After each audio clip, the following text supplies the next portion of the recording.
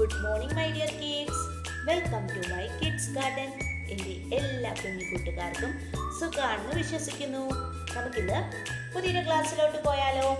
കഴിഞ്ഞ ക്ലാസ്സുകളിൽ നമ്മൾ സ്വരാക്ഷരങ്ങളിലെ ഓരോ അക്ഷരങ്ങളും അതിൻ്റെ ചിഹ്നങ്ങളും അതിനകത്ത് വാക്കുകൾ എങ്ങനെയാണ് വായിക്കേണ്ടതെന്നും എല്ലാം പഠിപ്പിച്ചു. ഓക്കെ, ഇത് നമുക്ക് ബാക്കിയും കൂടെ എടുത്ത് ഈ ടോപ്പിക്ക് കംപ്ലീറ്റ് ആക്കാം.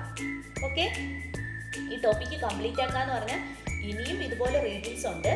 സ്വരാക്ഷരങ്ങളുടെ അക്ഷരങ്ങൾ വെച്ച് കംപ്ലീറ്റ് ആക്കിയിട്ടുള്ള റീഡിങ് ഈ ക്ലാസ്സിലൂടെ അവസാനിക്കും.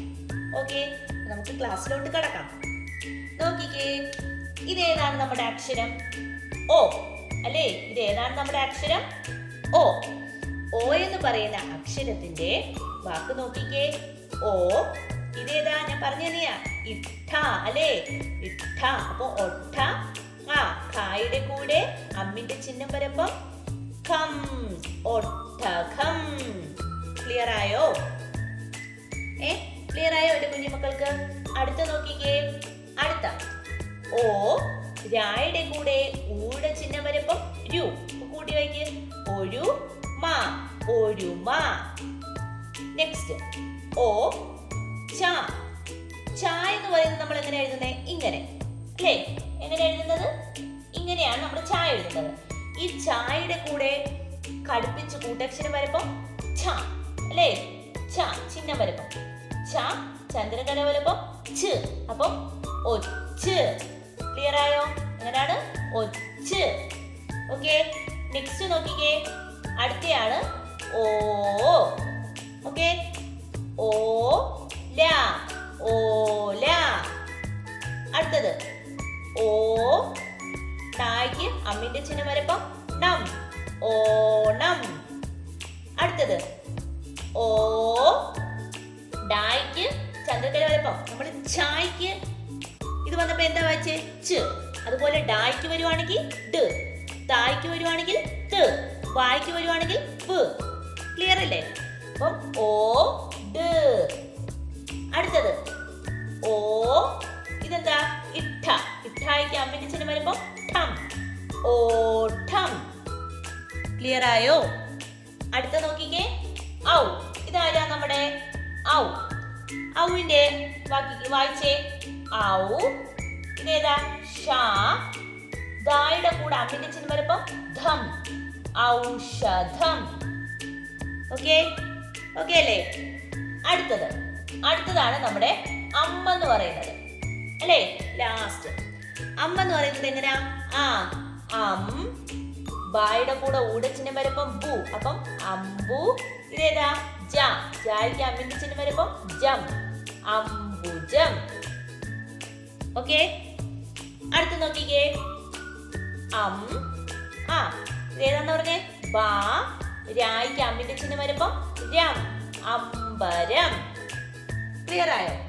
അപ്പൊ വായിച്ചേ, ഒട്ടകം, ഒരുമ, ഒച്ച്, ഓല, ഓണം. എന്താ നീട്ടാൻ വേണ്ടിയാ ഈ ദീർഘം കൊടുക്കുന്നത്? അപ്പൊ നീട്ടി പറയണം. ഓണം, ഓട്, ഓട്ടം.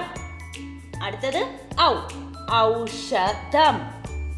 പിന്നെ അംബുജം, അംബുജം.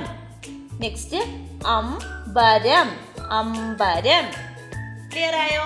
ഇത്രയും. ഇനി നമുക്ക് ഇതിന്റെ ചിഹ്നങ്ങൾ നോക്കിയാലോ? നമ്മുടെ ഓയുടെ ചിഹ്നം എന്തായിരുന്നു? നമ്മൾ ഇവിടെ നിന്ന് ഇങ്ങനെ എടുത്തു, ഇങ്ങനെ ഒരെണ്ണം എടുത്ത് വെളിയിലോട്ട് എഴുതി, എന്നിട്ട് ഇവിടുന്ന് ഇങ്ങനെ ഒരു ദീർഘം കൂടെ കൊടുക്കും. ഇതാണ് നമ്മുടെ ഓയുടെ ചിഹ്നം.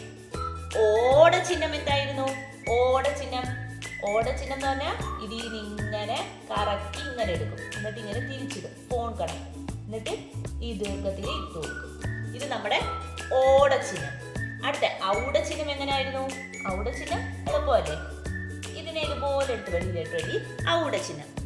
നെക്സ്റ്റ് അമ്മിന്റെ ചിഹ്നം എന്ന് പറഞ്ഞാൽ ഈ പൂ. ഇതായിരുന്നു അമ്മിന്റെ ചിഹ്നം. ചിഹ്നങ്ങൾ ഓർമ്മയുണ്ടോ? അപ്പം പറഞ്ഞേ, ഇത് കണ്ടോ? ഇത് നമ്മുടെ എന്തിന്റെ ചിഹ്നമാണെന്ന് ഞാൻ പറഞ്ഞേ? ഓയുടെ ചിഹ്നം. അപ്പൊ നമുക്ക് ഓ വെച്ചിട്ടുള്ള ഒരു വാക്ക് നോക്കാം. കുറച്ച് വാക്കുകൾ നോക്കിയാലോ? ഓ വെച്ചിട്ടുള്ള കുറച്ച് വാക്കുകൾ നോക്കാം. നമുക്കപ്പം വാക്കുകൾ നോക്കിയാലോ? ചിഹ്നങ്ങൾ വെച്ചിട്ടുള്ള വാക്കുകൾ. അപ്പൊ നമ്മുടെ കുഞ്ഞുമക്കൾ പറഞ്ഞേ, ഇത് എന്തിന്റെ ചിഹ്നമാണെന്നാണ് ഞാൻ പറഞ്ഞത്? ഓയുടെ ചിഹ്നം എന്ന് പറഞ്ഞു അല്ലേ? ഇത് എന്തിന്റെ ചിഹ്നമാ? ഓ. അപ്പം ഓയുടെ ചിഹ്നമാണ് ഈ എഴുതിയിരിക്കുന്നത്. ഓയുടെ ചിഹ്നത്തിന്റെ നടുക്ക് എഴുതിയിരിക്കുന്ന അക്ഷരം ഏതാ? ക.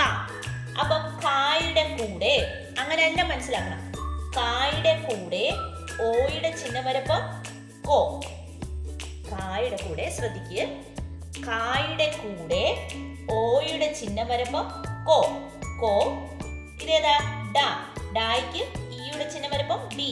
കൊടി. ഓക്കെ. അപ്പൊ ഒന്ന് നിങ്ങളൊന്ന് പറഞ്ഞേ, പായുടെ ഒരു വാക്കും കൂടെ ഞാൻ പറഞ്ഞുതരാം, എന്നിട്ട് പറഞ്ഞാൽ മതി. പായുടെ കൂടെ ഓയുടെ ചിഹ്നം വരപ്പം, ശ്രദ്ധിക്കുക, പായുടെ കൂടെ ഓയുടെ ചിഹ്നം വരപ്പം പോ. പോ. ഡായ്ക്ക് ഈയുടെ ചിഹ്നം വരപ്പം ഡി. പൊടി. ക്ലിയർ ആയോ?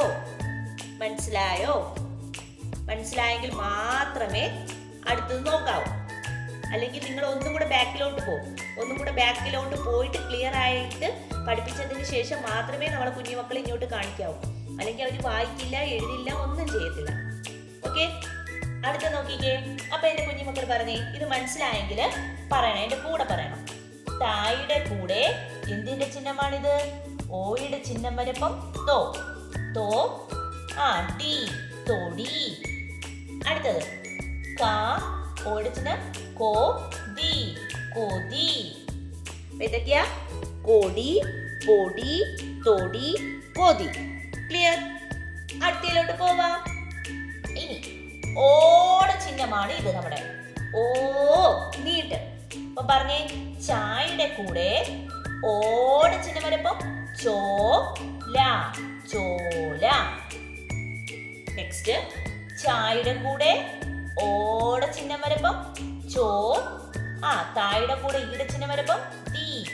ചോതി. അടുത്തത് കായുടെ കൂടെ ഓടെ ചിഹ്നം വരുമ്പോ കോ. ഇതേതാ ചിലക്ഷരം? ഇൽ. കോൽ. പറഞ്ഞേ, ചോല, ചോതി, കോൽ. ക്ലിയർ? അടുത്തത് നമ്മുടെ ഔവിന്റെ ചിഹ്നം.